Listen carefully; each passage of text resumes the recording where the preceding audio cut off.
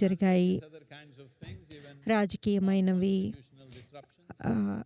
రాజ్యాంగపరమైనవి ఎన్నో జరిగినప్పటికీ దేశమంతా కాగితం మీద ఒక దేశంగా ఉన్నప్పటికీ దేశంలో ఎన్నో విభాగాలు నిజంగా మనం నియంత్రించగలిగినట్లు లేవు. నేను మన ప్రస్తుత హోంశాఖ మంత్రి గారు, ప్రస్తుత హోమ్ మినిస్టర్ గారు, ఆయన చేసింది ఏంటంటే ఒక విధంగా సర్దార్ వల్లభాయ్ పటేల్ గారు ఆ రోజుల్లో ఏం చేశారో మళ్ళీ అది మరొకసారి చేశారు. దేశాన్నంతా ఒక్కటిగా అమర్చారు. మీ అందరికీ తెలుసు, దేశంలో ఎన్నో జరుగుతూ ఉండేవి. ప్రతి నెల బాంబ్ బ్లాస్ట్ జరుగుతూ ఉండేది.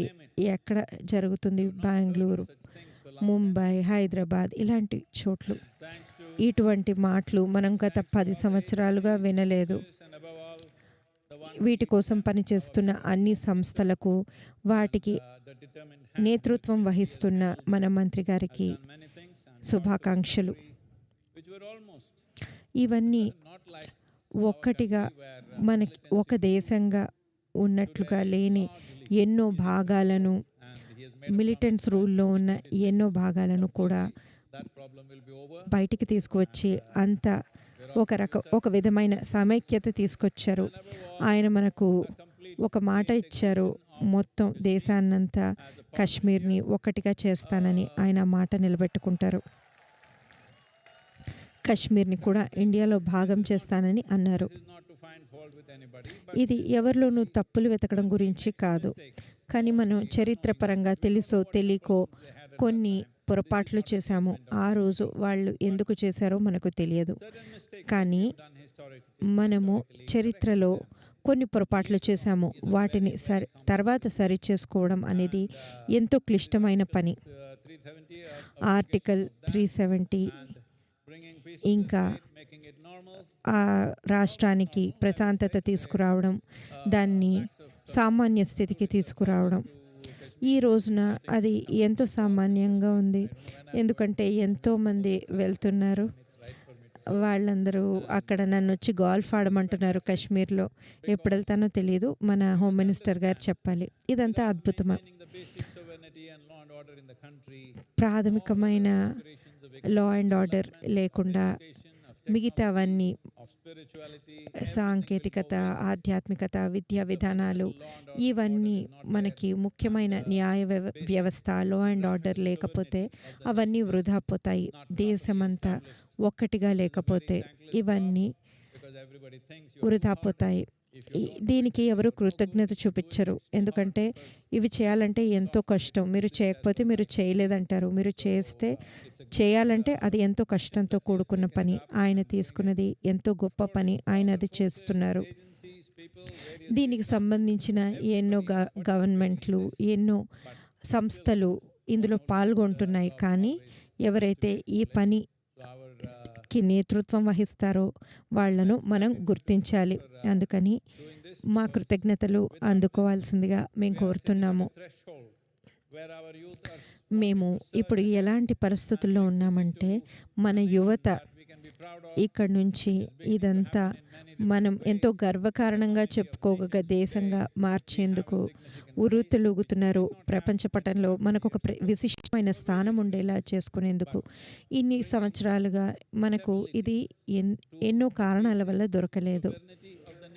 కానీ దేశాన్ని ఒక్కటిగా పటిష్టం చేసేందుకు లా అండ్ ఆర్డర్ అన్నవి దేశానికి ఎంతో ముఖ్యమైనవి.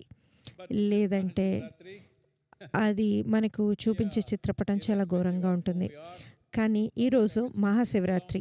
మనం ఏ దేశానికి చెందిన వారైనా, మనం ఏ కులం, మతం, జాతికి చెందిన వారైనా సరే, ఇది మనుషులకు సంబంధించిన రోజు. ఈ మధ్య ఒక జర్నలిస్ట్ నన్ను ఇలా అడిగారు, నేను ముస్లిం కానీ క్రిస్టియన్ అయితే కానీ అక్కడికి రావచ్చా అని అడిగారు. నేను ముస్లింలు రావడానికి వీల్లేదు, క్రిస్టియన్లు రావడానికి వీల్లేదు, హిందువులు రావడానికి కూడా వీల్లేదు, మనుషులైతేనే రావాలి అని చెప్పాను. ఎందుకంటే ఇది మనిషి స్వభావానికి మనం చేసుకునే వేడుక ఆదియోగి సూచించేది ఏమిటంటే, మనము శ్రేయస్సు కోసం వెతుకుతూ మనం సిద్ధాంతాలు ఏర్పరచకూడదు. మనం స్వర్గాలను గురించి చూడకూడదు. మనం ఏవో క్రతువులు చేయకూడదు. మనకు శ్రేయస్సు కావాలంటే మనం అంతర్ముఖులం అవ్వాలి. ఎందుకంటే మానవ శ్రేయస్సు అన్నది అంతర్ముఖం నుండి వస్తోంది. మానవ శ్రేయస్సుని మనం ఒక మాటలో చెప్పాలంటే ఈ అంతర్ముఖ శాస్త్రాన్ని యోగా అంటున్నాము. దీనికి మూలమైన వెన్నుముకను ఆ విజ్ఞానాన్ని ఆయన రూపొందించినదే. ఆయన ఏదైతే ఆధ్యాత్మికంగా ఈనాడు ప్రపంచంలో చలామణి అవుతోందో అదంతా ఆయన అర్పించిన 112 విధానాల్లో ఎక్కడొక్కడ ఉన్నదే. ఈ రోజున మనం ఇక్కడ 112 అడుగుల విగ్రహాన్ని నెలకొల్పడానికి కారణం దానికి ప్రతీకగానే. ఆయన గతానికి చెందినవారు కాదు, ఆయన వర్తమానానికి భవిష్యత్తుకి ఒక వాగ్దానం వంటివారు. మన మానవాళిలో మొట్టమొదటిసారిగా చాలామంది ఇప్పుడు వారికై వారు ఆలోచించుకోగలుగుతున్నారు. లేదంటే పూజారులు, పండిట్లు, మసయాలు వీళ్ళందరూ ఇతరుల కోసం ఆలోచించి చెప్పేవారు. ఈ రోజున ఎందరో వారి శ్రేయస్సు కోసం వారే ఆలోచించుకుంటున్నారు. ఇలాంటి పరిస్థితుల్లో ఆయన ఎంతో ముఖ్యులు, ఎంతో సందర్భోచితం అవుతారు. ఎందుకంటే ఆయన తర్కపరంగా సరిగ్గా ఉంటారు. ఇంతకుముందు తరాల వారు ఆయనకు సిద్ధంగా లేరు. ఇప్పుడు ఇంకా రాబోయే తరాలు ఆయన నేర్పినవి, ఆయన బోధనలకు, ఆయన ప్రసరించిన వాటికి సిద్ధంగా ఉన్నారు. ఆదియోగి మన దేశంలో ఎన్నో మూలల రాబోతున్నారు. ఇప్పుడు మనం బెంగళూరులో మనకు ఒకటి ఉంది. కర్ణాటక నుండి వచ్చిన డిప్యూటీ సీఎం మనతో పాటు ఉన్నారు, శివకుమార్ గారు. ఇంకా ఎందరో వచ్చారు. బెంగళూరులో ఇప్పటికే అది వచ్చింది. ఇంకా ఎన్నో చోట్ల రాబోతోంది. ఇది ఏదో అలా ప్రతి